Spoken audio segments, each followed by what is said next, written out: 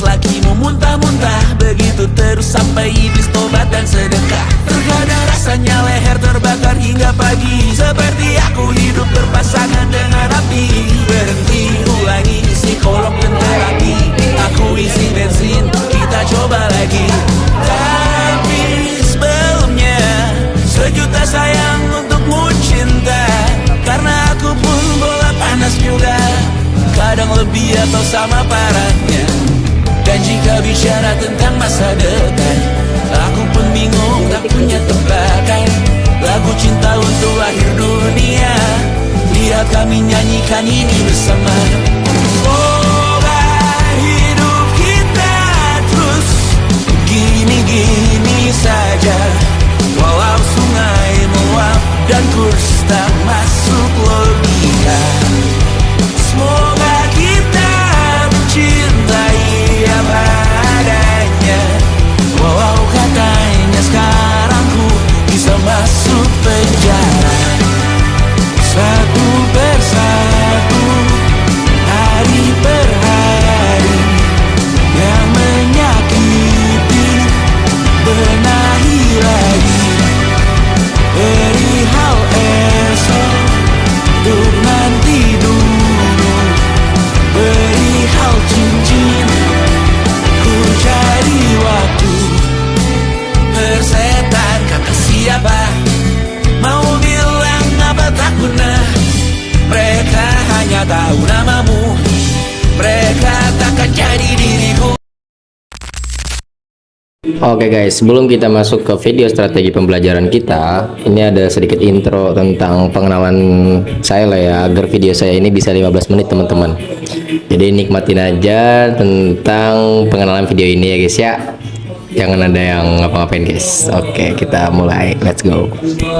Yang kita perlu sekarang cuma kaki yang akan berjalan lebih jauh dari biasanya, tangan yang akan berbuat lebih banyak dari biasanya, mata yang akan menatap lebih lama dari biasanya, leher yang akan lebih sering melihat ke atas, lapisan tekad yang 1000 kali lebih keras dari baja, hati yang akan bekerja lebih keras dari biasanya, serta mulut yang akan selalu berdoa.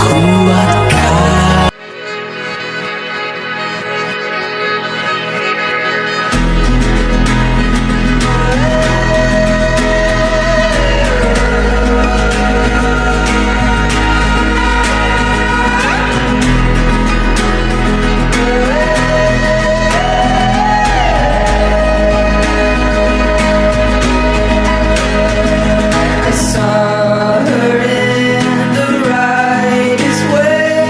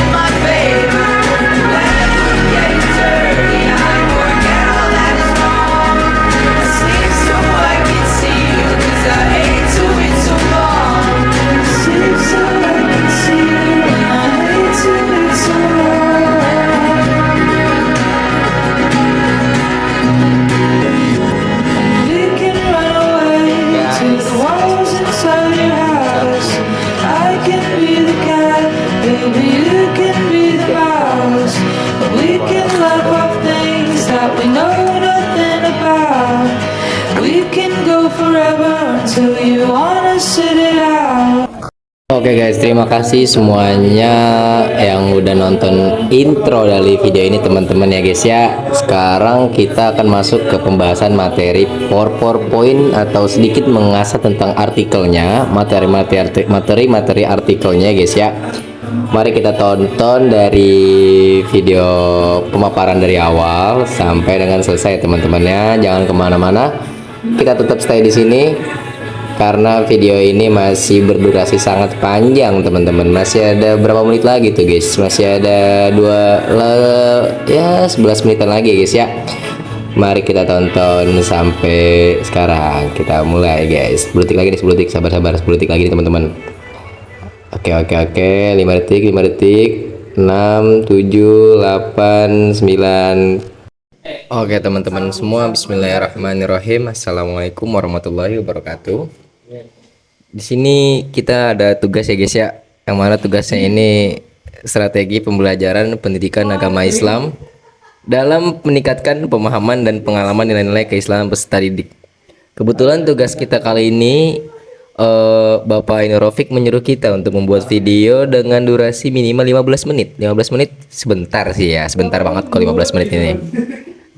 15 berarti ini sebentar kalau teman-teman ya, nggak begitu lama. Jadi kita akan mulai dari pertama, saya akan memaparkan terlebih dahulu yang mana apa aja sih artikel yang akan kita bahas dan berbentuk seperti apa materi yang akan kita bahas kali ini. Yang pertama saya akan membacakan sedikit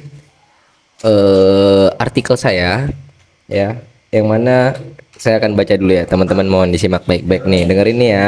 Oke, nih yang pertama, judul artikel saya ini adalah strategi pembelajaran pendidikan agama Islam dalam meningkatkan pemahaman dan pengalaman nilai-nilai keislaman peserta didik. Mengapa saya mengambil judul ini? Karena memang kebetulan tugas saya ini dapatnya judul ini teman-teman. Ketika saya dapat judul ini ada kalimat yang mengatakan bahwasanya meskipun berbagai penelitian telah membahas strategi pembelajaran pendidikan agama Islam dalam kurung PAI, sebagian besar penelitian lebih banyak berfokus pada peningkatan hasil belajar peserta didik.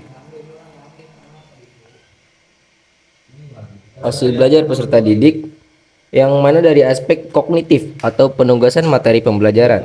Sementara itu, kajian yang mengintegrasikan strategi pembelajaran dengan peningkatan pemahaman sekaligus pengalaman nilai-nilai keislaman dalam kehidupan sehari-hari masih relatif terbatas. Perkembangan karakteristik juga itu masih terlihat lebih peserta didik ini di era digital ini menurut adanya strategi pembelajaran yang lebih inovatif, kontekstual, mampu menanamkan nilai-nilai Islam secara berkelanjutan.